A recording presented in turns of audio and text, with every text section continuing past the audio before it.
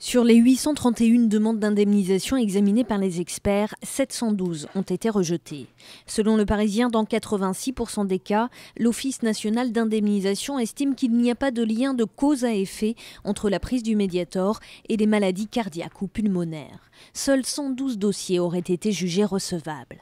Questionnée à la sortie du Conseil des ministres, Marisol Touraine annonce qu'elle sera très attentive à ce que les victimes du Mediator puissent être remboursées correctement. Le Mediator a été mal utilisé, mal commercialisé, il y a eu des mensonges et c'est le laboratoire qui est en première ligne, c'est le laboratoire qui est responsable et c'est le laboratoire qui, à la fin du processus, devra assumer ses responsabilités. Pour rejeter les dossiers, les experts ont mis en avant l'âge avancé des malades ou la prise d'antimigraineux susceptibles d'entraîner des problèmes cardiaques.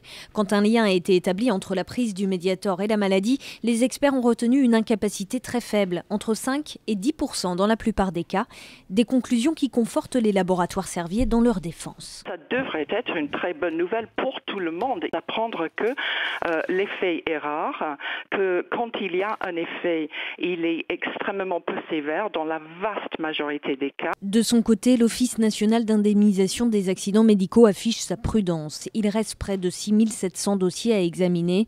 Selon la direction, il est donc trop tôt pour établir le moindre bilan.